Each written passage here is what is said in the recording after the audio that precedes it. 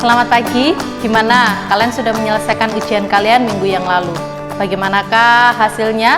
Apakah banyak yang remedi atau tidak ada yang remedi? Bersyukur kalau tidak ada yang remedi, itu artinya kalian bisa mengerjakan dengan baik. Dan yang kedua, apakah kalian sudah mengerjakan dengan satu kejujuran, kebenaran, dan takut akan Tuhan? Atau halah nggak ada yang tahu begitu ya? Dan Losa berharap kita semua mengerjakannya tetap dengan kejujuran, dengan kebenaran, dan dengan takut akan Tuhan. Nah, kita akan berdoa terlebih dahulu sebelum kita akan membahas lebih lanjut di dalam Voice of Aletheia. Yuk kita berdoa. Bapa di surga, terima kasih untuk hari ini di mana kami boleh kembali merenungkan kebenaran firman Tuhan melalui Voice of Aletheia. Tuhan tolong sertai setiap anak-anak-Mu untuk mereka mengerti dan memahami kebenaran firman Tuhan sehingga mereka sungguh-sungguh dapat melakukan firman Tuhan di dalam hidup mereka dan firman Tuhan selalu mengingatkan mereka. Di dalam nama Tuhan Yesus kami berdoa. Amin. Nah anak-anak, harapannya Losa kalian bisa mengikuti Voice of Aletheia sampai habis ya. Jangan di pertengahan, ratingnya sudah turun, gitu ya. Nah, Losa berharap kalian selesaikan sampai habis karena ya di akhir nanti akan ada kuis-kuis atau nanti juga akan ada pertanyaan-pertanyaan yang perlu kalian jawab. Oke? Di dalam apa dong jawabnya? Form Voice of Aletheia.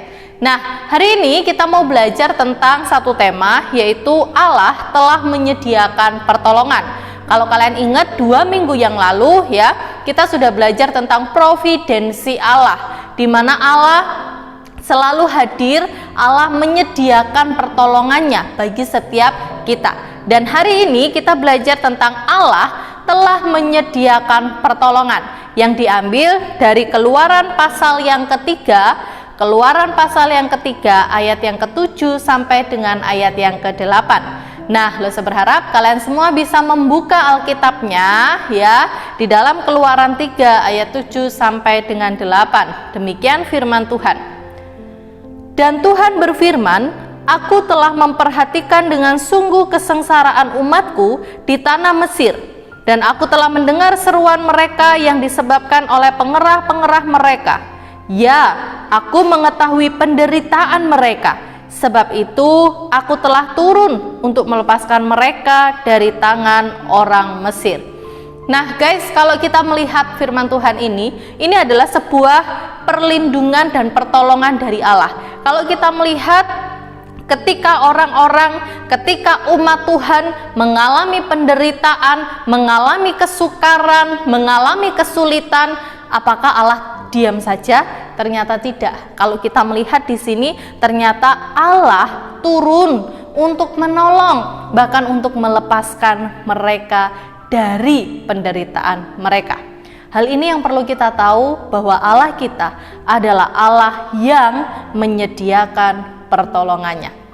Nah guys, karena kita melihat kebesaran Allah, kebaikan Allah, bahkan kedaulatan Allah, maka kita juga melihat bahwa Allah juga adalah Allah yang menolong dan memelihara umatnya di dunia ini. Allah tidak membiarkan umatnya, Allah tidak menyepelekan umatnya, tetapi Allah tetap memelihara setiap kita. Kalau kita mungkin bertanya, kenapa Allah yang memelihara? Kenapa kok nggak dunia ini ya sudah memelihara dirinya sendiri? Kenapa manusia tidak memelihara dirinya sendiri? Kenapa harus Allah yang memelihara dan menolong kita? Nah guys, kalau kita ingat lagi ya, ada 2 aspek penting yang kita perlu tahu kenapa Allah yang menolong kita, kenapa Allah yang memelihara kita. 2 aspek ini, salah satunya adalah sesuatu hal yang paling penting yang harus kita tahu adalah karena kita bukanlah milik kita sendiri. Kita bukanlah milik kita sendiri, dan dunia ini bukanlah milik dunia sendiri. Artinya apa? Kita manusia adalah ciptaan.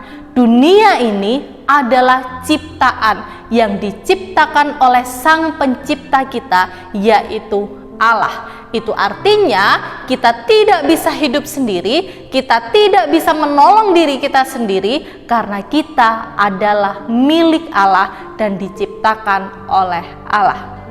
Namun seringkali dan sayang sekali kita selalu melupakan akan hal ini. Kita seringkali sombong di dalam diri kita. Kita merasa kita bisa melakukan segala sesuatu sendiri, bukan? Kita merasa bahwa aku bisa hidup sendiri tanpa Tuhan. Aku bisa melakukan segala sesuatu sendiri tanpa Tuhan. Dan seringkali kita melupakan bahwa diri kita sebenarnya bukan milik kita sendiri, tetapi milik Allah. Nah, hal-hal ini yang sering kita lakukan, kita tidak mau ke gereja, kita tidak mau membaca firman Tuhan, kita tidak mau berdoa minta pertolongan dan mengandalkan Tuhan, kita tidak pernah melibatkan Tuhan di dalam segala apa yang kita lakukan. Karena apa? Karena kesombongan kita, karena keegoisan kita, karena kita merasa kita mampu untuk melakukan sendiri, kita mampu untuk menolong diri kita sendiri. Sebenarnya tidaklah demikian. Pernahkah kalian ketemu dengan orang-orang yang ada di sekitar kalian atau teman-teman kalian? Ketika kalian akan pergi atau ketika kalian bertemu di satu tempat, lalu kalian mungkin pulang duluan atau mungkin melanjutkan perjalanan duluan, lalu mereka bilang, "Oke, bye, jaga dirimu ya," gitu kan? Lo semua tanya, apakah kita bisa menjaga diri kita semaksimal yang kita bisa?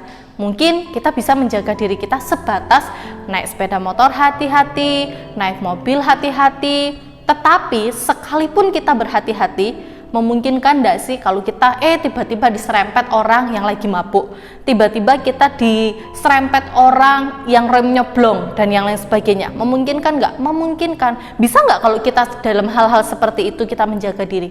Tidak bisa. Artinya apa? Sebenarnya kita manusia adalah manusia yang lemah. Kita manusia adalah manusia yang terbatas.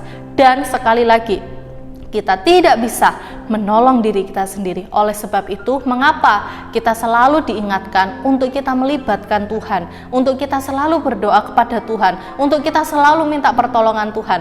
Karena satu-satunya pribadi yang berdaulat, yang bisa mengcover seluruh kehidupan kita, itu adalah Tuhan.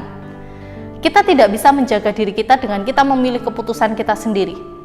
Pure, karena apa? Keputusan kita bisa salah. Tetapi kalau kita bergantung dengan Tuhan, kita meminta pertolongan dengan Tuhan, kita pasti mendapatkan pertolongannya. Hal yang lain yang perlu kita ingat juga adalah, selain kita ini bukan milik kita sendiri, kita tahu bahwa dunia ini adalah dunia yang berdosa. Kita ingat bukan bahwa kita adalah manusia yang jatuh di dalam dosa. Kita adalah manusia yang berdosa. Ketika Adam dan Hawa pertama kali jatuh ke dalam dosa, maka seluruh dunia ini berdosa. Ketika dosa masuk ke dalam dunia ini, maka itu menyebabkan semua orang melakukan dosa, dan semua orang itu tidak bisa akhirnya kembali menolong dirinya sendiri, tetapi justru menjerumuskan dirinya ke dalam berbagai dosa. Pencurian, iri hati, pembunuhan, rasisme, kemabukan, perceraian, seks bebas, pikiran kotor dengan hal-hal yang porno. Sesungguhnya dunia Allah saat ini sedang terus-menerus terancam dengan dosa. Satu pertanyaan buat kita, dengan demikian, apakah kita tidak membutuhkan pertolongan Allah? Ketika pikiran kita mulai kotor dengan hal-hal porno, apakah kita tidak membutuhkan pertolongan Allah? Kalau kita tidak melibatkan Allah, maka Allah tidak akan menghapuskan pikiran kotor itu dari pikiran kita. Kalau kita tidak membutuhkan Allah, maka pikiran kita terus akan berkembang, karena itu sudah dosa, terus berkembang. Berkembangnya apa? Bukan ke arah yang baik, tapi ke arah yang tidak baik, dan akhirnya membuat kamu bisa jatuh di dalam dosa. Tapi karena kasih Allah yang besar, Allah terus memelihara umatnya, sekalipun umatnya itu nakal, sekalipun umatnya itu berdosa, tetapi Allah tetap memelihara kita. Allah tetap memberikan pertolongannya kepada kita. Dan terlebih lagi, apa buktinya Allah menolong kita? Ketika kita berdosa. Contoh, ketika Tuhan tahu kita berdosa, kita punya pikiran-pikiran kotor tentang hal-hal pornografi. Mungkin kalian nonton, mungkin kalian chatting dengan teman-teman kalian yang satu grup dan membicarakan hal-hal yang porno. Semua orang tidak tahu, tetapi Allah tahu, begitu ya. Caranya Allah memelihara gimana? Apakah Allah membiarkan kita terus membicarakan hal-hal porno itu? Apakah Allah itu membiarkan kita terus berbicara kotor, berbicara porno, terus mengembangkan pengetahuan kita tentang hal itu? No. Ada satu waktu Tuhan akan buka dan Tuhan akan bongkar segala kebusukan-kebusukan kita, pikiran-pikiran porno kita, sampai pada satu titik engkau menyadari engkau salah. Itu adalah cara Tuhan menolong kita. Tuhan tidak akan pernah membiarkan kita terus-menerus ada di dalam kubangan dosa, tetapi Tuhan terus-menerus akan menolong kita, menyelamatkan kita sebisa mungkin untuk kita bisa menjauhi dosa. Nah guys, kalau kita hari ini melakukan sesuatu hal yang mungkin kita tidak sadari, dan hari ini kita tahu bahwa oh ternyata selama ini aku melakukan hal yang salah, mari kita ingat Tuhan menolong kita. Oleh sebab itu, sebelum Tuhan pukul kita, ayo kita kembali kepada Tuhan. Ayo kita berdoa, ayo kita memohon pertolongan Tuhan agar Tuhan menolong kita.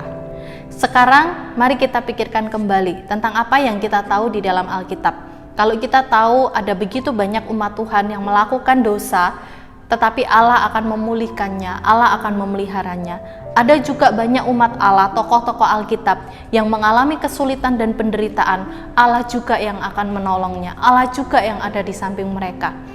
Bagaimana dengan kita hari ini? Ketika kita mungkin saat ini ada di dalam dosa, ketika kita mungkin saat ini ada di dalam kesulitan, baik itu kesulitan ekonomi orang tua kita, ketika kita kesulitan di dalam studi kita, mari kita ingat, ada Tuhan yang selalu menolong kita. Kalau kita melihat tentang Bapak Ayub, ya, kalau kita secara manusia lihat mustahil Bapak Ayub itu bisa selamat kembali dengan segala penderitaan yang dia miliki. Tetapi kalau Allah sanggup memulihkan hidupnya, maka Allah juga sanggup memulihkan hidup kalian. Oleh sebab itu, mari, kalau kita tahu Allah kita adalah Allah yang menolong kita, Allah yang menyediakan pertolongannya bagi kita, jangan pernah segan untuk kita itu meminta pertolongan Allah. Jangan pernah ragu untuk kita melibatkan Tuhan di dalam segala rencana kita. Karena satu hal yang kita harus tahu, Dia pasti menolong setiap kita. Semua ada di dalam pilihanmu. Apakah kamu mau mengandalkan Tuhan dan kamu selamat, ataukah kamu tidak mau mengandalkan Tuhan dan kamu akan tetap hidup dalam dosa? Ingat, dosa mendatangkan maut. Dosa sewaktu-waktu akan mendatangkan kehancuran bagi masa depanmu. Mari kita berdoa. Bapa di surga, terima kasih kalau kami tahu Allah adalah Allah yang menolong kami. Ajar setiap anak-anak-Mu yang masih muda ini Tuhan, untuk selalu melihat pertolongan Tuhan, untuk selalu tahu apa yang Allah lakukan di dalam kehidupan mereka. Jangan biarkan mereka di masa muda mereka mengandalkan diri mereka sendiri, tetapi mereka selalu bersandar kepada Tuhan, selalu mau melibatkan Tuhan di dalam segala hal. Terima kasih Bapa di surga, di dalam nama Tuhan Yesus Kristus kami berdoa. Amin. Nah guys, satu hal yang lo tanya, yang mungkin kalian bisa jawab dalam form VOA-nya nanti ya, ada satu hal yang kalian mesti pikirkan, dan kira-kira apa ya jawaban kalian? Apakah Allah telah dengan sengaja memikirkan penyelamatan untuk kita? Ya, menurut kalian, apakah Allah telah dengan sengaja memikirkan penyelamatan untuk kita? Silakan dijawab, silakan dipikirkan di dalam form Voice of Aletheia yang hari ini akan dikirimkan. Oke? Dan jangan lupa memberikan persembahan untuk kemuliaan nama Tuhan. Salam Aletheia, Tuhan Yesus memberkati.